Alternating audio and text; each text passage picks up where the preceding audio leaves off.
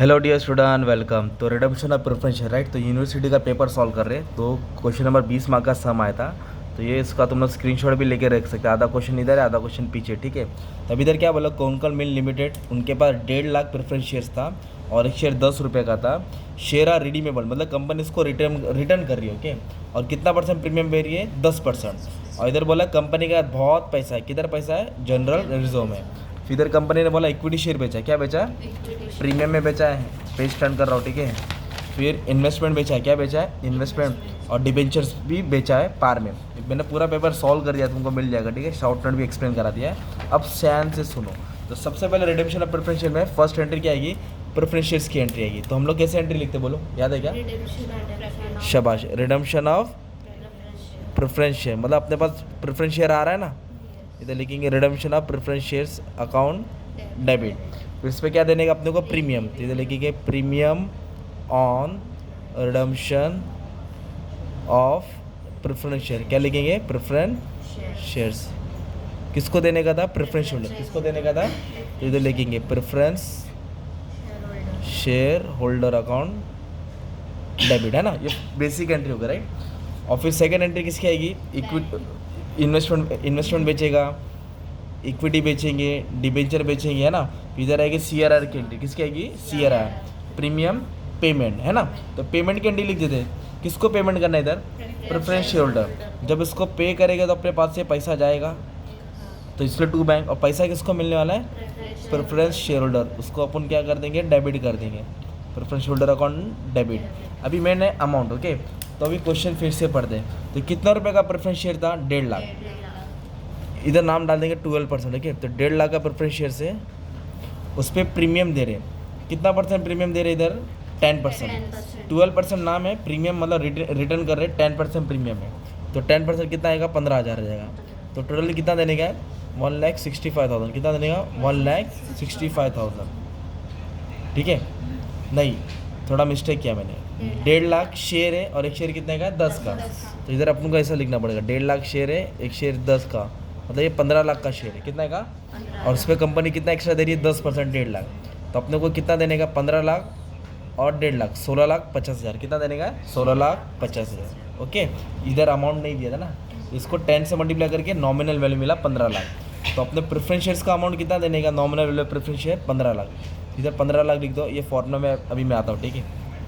Simple याला, being redemption due on preference share, ये first entry हो गया, राइट। फिर इसके बाद कंपनी ने क्या बेचा, इक्विटी शेयर बेचा, क्या बेचा है। तो जब इक्विटी शेयर बेचेंगे तो पैसा आएगा, इश्यू मतलब शेयर जाएगा, पैसा आएगा। इधर बैंक को डेबिट करेंगे, बैंक को क्या करेंगे, debit, bank account debit. Bank मतलब पैसा आ रहा है, तो किसका पैसा आ रहा है, इक्विटी शेयर का। इधर लिखेंगे equity share capital account credit, है ना। और शेयर को प्रीमियम में बेचा, तो इधर लिखेंगे सिक्योरिटी प्रीमियम, क्या बेचेंगे, एक्स्ट्रा पैसा ले रहे हो लोग, ठीक है। तो कितना शेयर्स बेचा, 50,000। और एक शेयर कितने का था, 10। 50,000 shares where issue at the rate of 10, that is 5 lakh. और प्रीमियम कितना बोला है, premium eight of 5 each, percent बोला कि 5 रुपीज़ बोला है। तो अपन क्या करेंगे, 50,000 लिखेंगे और 5 रुपये से मल्टीप्लाई करेंगे, है ना। तो 5 लाख है, ये 2.5 लाख प्रीमियम हो गया। तो टोटल कितना रुपया आया, 7.5 लाख डेबिट हो जाएगा। 7.5 लाख क्या हो जाएगा, डेबिट, सिंपल। फिर इसके बाद अपने को पेज टर्न करने का है, क्योंकि आधा से हम पीछे हैं। फिर इधर क्या बोला, सेल ऑफ इन्वेस्टमेंट, इन्वेस्टमेंट बेचा 2.5 लाख का इन्वेस्टमेंट 3.5 लाख में बेचा। इन्वेस्टमेंट कितने का था, 2.5 लाख, और 3.5 में बेचा, तो फ़ायदा हो गया ना।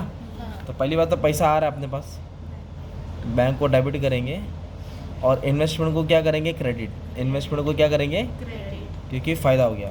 और फ़ायदा हो गया ना, तो प्रॉफिट एंड लॉस किधर आएगा, क्रेडिट में आएगा। अगर लॉस होता तो किधर आता, डेबिट।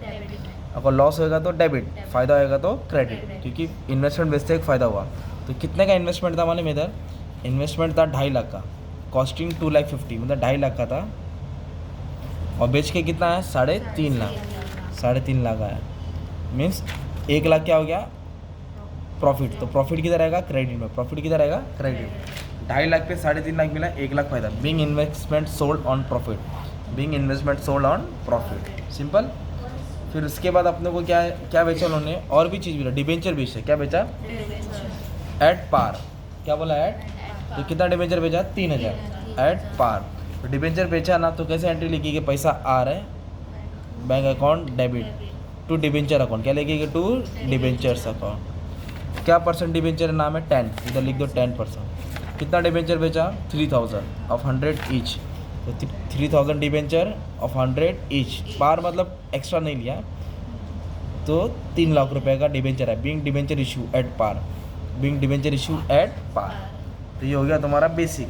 तो ये पहले ड्यू की एंट्री, किसकी एंट्री है, रिडम्पशन की इधर से एंट्री चालू, due C R R premium payment, तो अभी इधर सी आर आर की एंट्री आएगी राइट।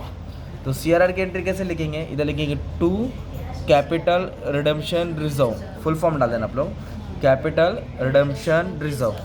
तो मैंने क्या बताया था आपको, फॉर्मूला क्या है सी आर आर का, कितना रुपया घर से उठाएंगे, अपनों को प्रेफरेंस शेयर्स का कितना रुपया देने का था 15 लाख, प्रेफरेंस शेयर्स का कितना देने का था 15 लाख, और इक्विटी से कितना रुपया है अपने पास, इक्विटी से कितना है 5 लाख, प्रीमियम नहीं लेने का, टोटल अमाउंट नहीं लेने, इक्विटी का इश्यू लेने का 5 लाख, मतलब मुझे 15 लाख देने का था किसी को और मैंने 5 लाख का बंदोबस्त कर लिया, तो कम कितना पड़ा 10 लाख, तो 10 लाख घर से दूंगा ना मैं, घर बोले तो क्या है जनरल रिजर्व, क्योंकि उन लोगों ने क्या बोला था कि उन लोग के पास बहुत बैलेंस है, किधर बैलेंस है, तो C R R capital redemption reserve is created from general reserve, कहाँ से क्रिएट किया, और अमाउंट कितना था 10 लाख, ये फॉर्मूला में डाल के सॉल्व करने का था, being C R R created, being C R R created for redemption, ऐसे डाल देंगे ना, तो मतलब इसका टेंशन खत्म हो गया ना अपना भी।